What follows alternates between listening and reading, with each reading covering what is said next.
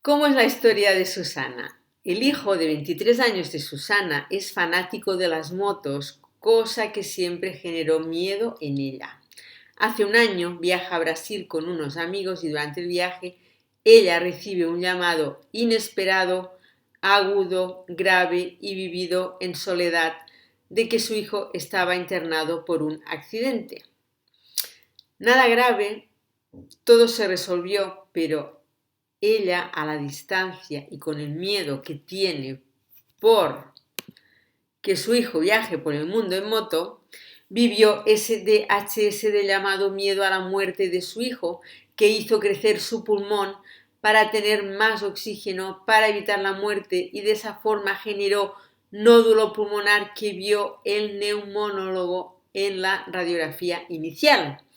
Ese programa o enfermedad del pulmón fue desapercibido para ella. Recuerda solamente después de la llegada de su hijo haber tenido una especie de gripe, unos días de fiebre y expectoración. Por eso no se enteró del programa vivido en el pulmón. Ahora, cuando se hace la radiografía de pulmón de control anual, en el momento que el médico la ve y le dice la expresión de que algo malo sucedía, a ella le dispara el miedo a morir y activa un nuevo programa de miedo a morir propio, por lo cual el cerebro envía la orden de hacer crecimiento alveolar múltiple para captar más oxígeno y que Susana no se muera. Susana estaba en un programa especial con sentido biológico que llamamos adenocarcinoma de pulmón por el conflicto diagnóstico de esa consulta. Resalto lo importante de los médicos y terapeutas al dar la noticia de un diagnóstico. Claro que esto que le sucedió a Susana también tiene relación con que ella es una persona muy temerosa de su salud y de la salud de sus hijos, por eso impactaron de esta manera estos sucesos.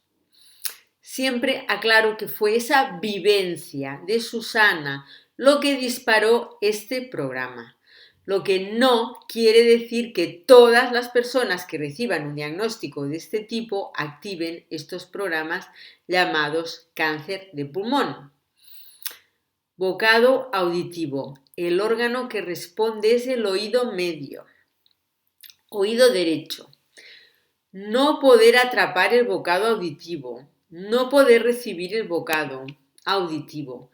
Un ejemplo puede ser un niño que quiere escuchar a su mamá y ella no está. Entonces escucha la voz de su cuidadora.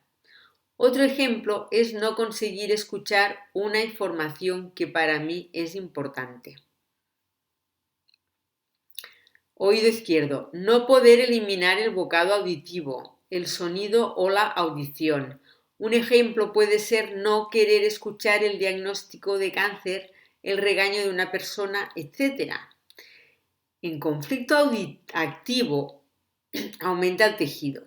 Se produce un engrosamiento asintomático si el conflicto es leve o hasta un adenocarcinoma si el conflicto es grave.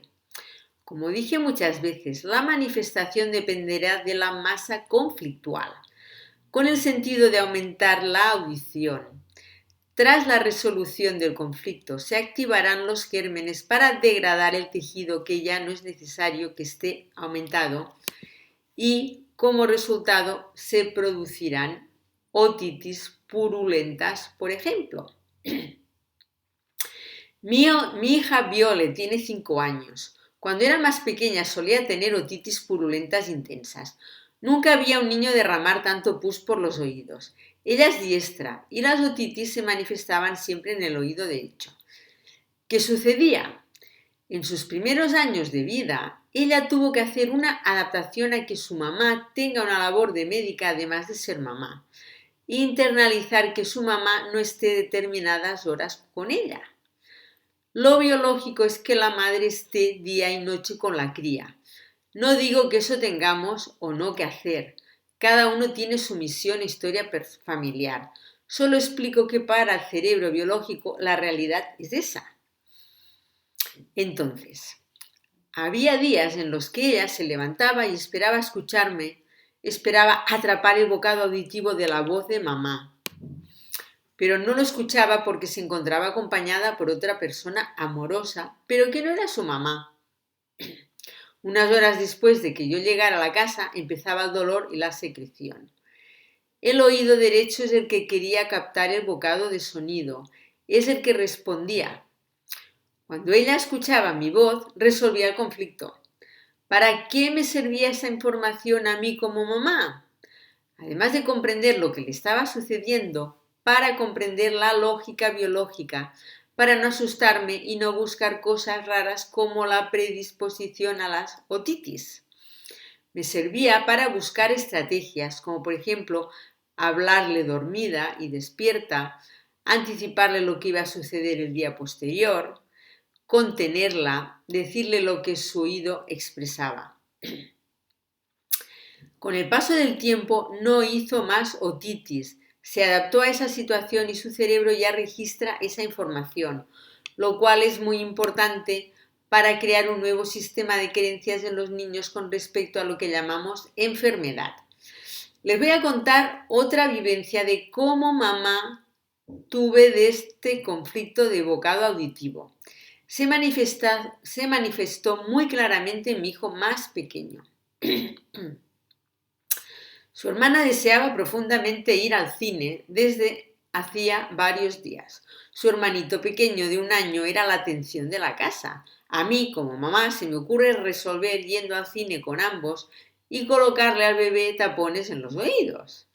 Resulta que la sala tenía muy mala acústica, había gritos de otros niños. En fin, el programa no era el óptimo y el bebé estaba muy molesto. Al día siguiente el bebé se levanta con otitis del oído izquierdo. Claramente esta fue la manifestación de la resolución de un bocado de oído que quiso expulsar, que fue el sonido excesivamente intenso y molesto del cine. Aprendizajes de mamá. Claramente al tener esta lectura pude hacerme cargo de mis errores y no echarles la culpa a los demás.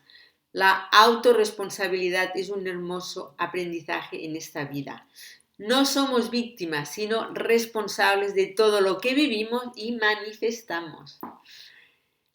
Bocado de luz. El órgano que responde es el iris, musculatura lisa y las glándulas lagrimales. No poder atrapar o eliminar el bocado de luz. En fase CA, conflicto activo, habrá agrandamiento del iris, contracción de la musculatura lisa o midriasis para atrapar o soltar el bocado de luz, como también aumento de la producción de lágrimas o lagrimeo. Es como hacer saliva para entrar o sacar el bocado en situaciones más intensas. Podrán generarse adenocarcinomas de glándulas lagrimales.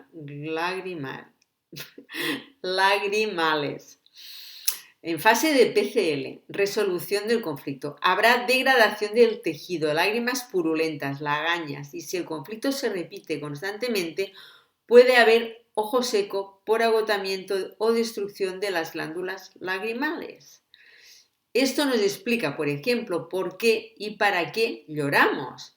Cuando queremos sacar una situación triste, la salivamos y la llenamos de líquido para sacarla. Comprendiendo lo importante de las lágrimas, podemos deconstruir el sistema patriarcal en el cual fuimos gestados, en donde llorar es de los débiles o no es para hombres. Llorar es sacar, limpiar y expulsar esa emoción o conflicto del cuerpo, lo cual es muy importante y lejos de prohibirlo, tenemos que validarlo como herramienta de sanación. Acompañaba a una consultante mayor llamada Mirta, que sufría de ojo seco, escasa producción de lágrimas por las glándulas. Le habían dicho que podría deberse a una expresión incompleta de un síndrome llamado síndrome de Sjögren, trastorno que desde la medicina alopática hace referencia a una alteración autoinmune, es decir, que los propios anticuerpos dejan de reconocer los propios tejidos, por lo que los atacan y destruyen, en este caso las glándulas lagrimales. Pensamiento que desde este paradigma no tiene ninguna lógica porque no tiene lógica biológica. En un momento el cuerpo deja de reconocerse como propio y se empieza a atacar y autodestruir.